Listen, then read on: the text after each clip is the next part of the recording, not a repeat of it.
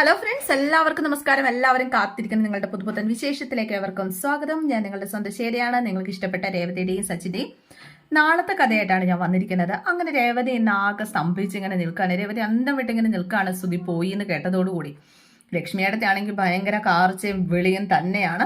തന്റെ മകളെ താൻ ഇനി എന്ത് ചെയ്യണമെന്ന് രവീന്ദ്രനോട് ഇങ്ങനെ ചോദിക്കുകയാണ്.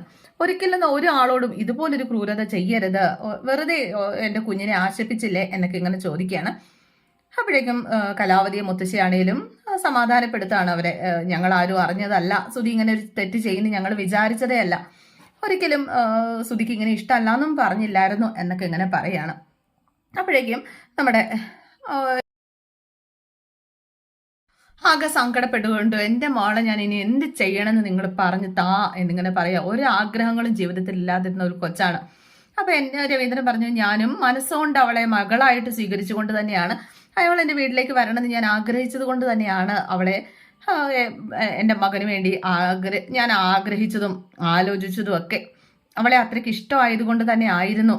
എൻ്റെ ആ മകന് ഇങ്ങോട്ടേക്ക് ഇവളെ കൊണ്ടുവരാനായിട്ട് ഞാൻ എൻ്റെ ജീവിതകാലം മുഴുവൻ ഞാൻ ജോലി ചെയ്ത എൻ്റെ പെൻഷൻ കാശ് വരെ ഞാൻ അവന് നൽകിയതാണ്. മോളെ ഒരിക്കലും അവൻ ഇതുപോലെ ചതിക്കുമെന്ന് ഞാൻ വിചാരിച്ചതല്ല എന്നൊക്കെ ഇങ്ങനെ പറഞ്ഞു കഴിയുമ്പോഴേക്കുണ്ടല്ലോ രേവതിക്ക് എന്ത് പറയണമെന്ന് അറിയത്തില്ല. രേവതി അവിടെ നിന്ന് അങ്ങ് പോവുകയാണ്, രേവതിയുടെ മുറിയിലേക്ക് പോവുകയാണ്.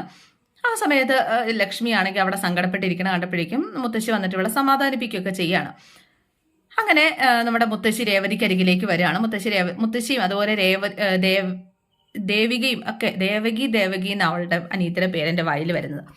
അപ്പോൾ ദേവികയൊക്കെ അവൾക്ക് അരികിലേക്ക് ഇങ്ങനെ വരികയാണ്. അപ്പോഴേക്കും എന്താ മുത്തശ്ശി എന്നാ ഞങ്ങൾ പോവാ മുത്തശ്ശി എന്നൊക്കെ ഇങ്ങനെ നമ്മുടെ രേവതി ഇങ്ങനെ പറയുകയൊക്കെ ചെയ്യുന്നുണ്ട്. എന്നിട്ട് അവളോട് അനീതിയോട് പറയാം, ഇനി എന്തിനാല്ലേ ഈ വേഷം കെട്ടൊക്കെ, ഇതൊക്കെ അഴിച്ചു മാറ്റാം, നീ എന്താ റെഡിയാവാത്ത, നമുക്ക് പോകാം പെട്ടെന്നാട്ടെ എന്നൊക്കെ ഇങ്ങനെ രേവതി പറയുന്ന കേട്ട് കഴിഞ്ഞപ്പോഴേക്കും രേവതിയെ കെട്ടിപ്പിടിച്ച് ഇങ്ങനെ കരയൊക്കെ ചേച്ചിന്ന് വിളിച്ചുകൊണ്ട്, എന്തിനാ മോളെ നമ്മൾ കണ്ടൊരു സ്വപ്നം അതങ്ങോട്ട് മാഞ്ഞു പോയി എന്ന് കരുതിയാൽ മതി, എന്തായാലും ഈ പരിചയത്തിലൂടെ എനിക്ക് ഇങ്ങനെ ഒരു മുത്തശ്ശിയെ കിട്ടിയല്ലോ എന്നൊക്കെ പറഞ്ഞ് നമ്മുടെ മുത്തശ്ശിയും കെട്ടിപ്പിടിച്ച് ഇവളിങ്ങനെ കവിളത്ത് ഇങ്ങനെ പിടിക്കുക. അപ്പൊ മോളേന്ന് പറഞ്ഞ് മുത്തശ്ശി അവളെ കെട്ടിപ്പിടിച്ചതും ഇവള് മുത്തശ്ശിയുടെ തോളിൽ കിടന്നിങ്ങനെ പൊട്ടിക്കരയാണ്. എന്റെ മോളെ വിട്ടുകളയാൻ എനിക്ക് പറ്റില്ല എന്ന്.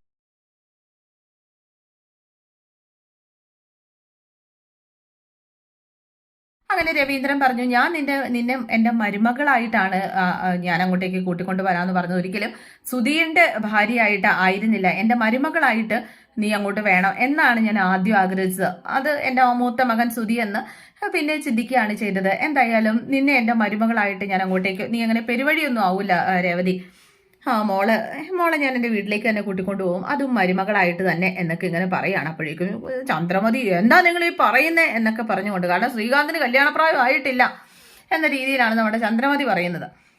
അപ്പോഴേക്കും രവീന്ദ്രൻ പറയും, എനിക്ക് ഈ ഒരു മകൻ മാത്രമല്ല ബാക്കി 2 മക്കളൂടെ ഉണ്ട്, അതിൽ എനിക്ക് എൻ്റെ രണ്ടാമത്തെ മകൻ രേവതിക്ക് വിരോധമൊന്നുമില്ല എങ്കിൽ, നിങ്ങൾക്ക് എല്ലാവർക്കും താല്പര്യമാണെങ്കിൽ എൻ്റെ രണ്ടാമത്തെ മകൻ രേവതി വിവാഹം കഴിക്കുമെന്നൊരു വാക്ക് രവീന്ദ്രൻ അവിടെ പറയുകയാണ്. അപ്പോഴേക്കും കലാവതി പറഞ്ഞു, എൻ്റെ മനസ്സിലും വന്നതാണ് ഇങ്ങനെ ഒരു കാര്യം, കാരണം ഇവരുടെ വിവാഹം ആലോചിച്ചപ്പോൾ തന്നെ എൻ്റെ മനസ്സിലേക്ക് വന്നത് എൻ്റെ ആ കുഞ്ഞിന് വേണ്ടിയിട്ടാണ്, അതായത് സച്ചി എന്ന് പറയുന്നത് എൻ്റെ മോന് വേണ്ടിയിട്ടാണ് രേവതി ജനിച്ചതെന്ന് പോലും എനിക്ക് തോന്നിയായിരുന്നു എന്നൊക്കെ രവീന്ദ്രനോട് ഇങ്ങനെ പറയുക കേട്ടോ.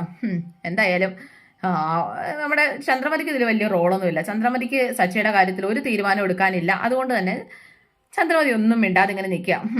എന്തായാലും ഈനാം വെച്ചിക്ക് മരപ്പെട്ടി കൂട്ട എന്നാണ് നമ്മുടെ ചന്ദ്രമതി ഓർക്കുന്നത്. ചന്ദ്രമതിക്ക് സച്ചിക്ക് എന്ത് വന്നാലും ചന്ദ്രമതിക്ക് ഒന്നും ഇല്ലാത്തൊരു അവസ്ഥയാണ് കേട്ടോ.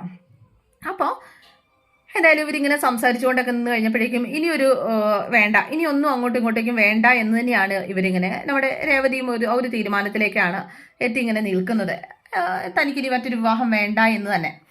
ആ ഒരു സമയത്ത് ഗജാനന്ദൻ വന്നിട്ട് ചോദിച്ചു, ഇനി എന്തിനാണ് മറ്റൊരു ചെറുക്കനെ അന്വേഷിക്കുന്നത്, ഒരു ചെറുക്കനെ അന്വേഷിക്കേണ്ട കാര്യമില്ല, ഞാനല്ലേ ഉള്ളത്, ഞാനല്ലേ ഇവളുടെ പ്രിയപ്പെട്ട വരൻ എന്നൊക്കെ ഇങ്ങനെ ചോദിക്കുകയാണ്. എന്തിനാണ് ലക്ഷ്മി അടുത്തോട് ഞാൻ പലതവണ ചോദിച്ചതല്ലേ, എൻ്റെ രേവതി എനിക്ക് ഇങ്ങോട്ട് തന്നേക്കാൻ, നിന്റെ രേവതി നീ എടുത്തോന്നും പറഞ്ഞ് ഇങ്ങനെ തരണ്ടേ എന്നൊക്കെ ഇങ്ങനെ ചോദിച്ചുകൊണ്ട് നമ്മുടെ ഗജാനന്ദൻ വന്നിട്ട് വലിയ ആള് കളിക്കുക. ഗജാനന്ദൻ പറഞ്ഞു, ഞാൻ അവളെ കെട്ടിക്കോളാം, ഇവളെന്തായാലും കെട്ടാച്ചരക്കായിട്ട് നിൽക്കുമൊന്നുമില്ല, ഞാൻ ഇവളെ കെട്ടിക്കോളാം, ഒരു പൊന്നും വേണ്ട ഒന്നും വേണ്ട, പൊന്നു പോലെ നോക്കിക്കോളാം എന്നൊക്കെ പറഞ്ഞു കഴിഞ്ഞപ്പോഴേക്കും പൊന്നു പോലെ നോക്കി, നീ പലിശയ്ക്ക് കൊടുക്കുന്ന പോലെ കൊണ്ടുപോയി എൻ്റെ കൊച്ചിനെ വിൽക്കാനല്ലേടാ എന്നൊക്കെ ഇങ്ങനെ ഗജാനന്ദൻ ചോദിക്കോ.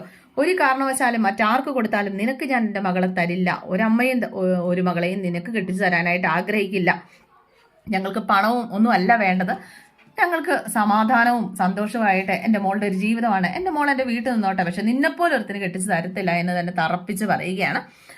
എന്തായാലും അതേസമയം നമ്മുടെ ഗജാനന്ദൻ രേവതിയുടെ കയ്യിലേക്ക് കയറി പിടിച്ചിട്ട്, നിങ്ങളാണോ തീരുമാനിക്കുന്നത്? ഇവൾ എൻ്റെ പെണ്ണാണ്, ഞാൻ ഇവളെ കെട്ടുക തന്നെ ചെയ്യും. ഈ മണ്ഡപത്തിൽ വെച്ച് ഞങ്ങളുടെ കല്യാണം നടക്കും. വേണേൽ വന്ന് നിങ്ങൾക്ക് അമ്മയായിട്ട് കൂടെ നിന്നിട്ട് അനുഗ്രഹിക്കാം എന്നൊക്കെ പറഞ്ഞ് ബലം പ്രയോഗിച്ച് പെണ്ണിനെ വലിച്ചെടുത്തോണ്ട് പോവാം.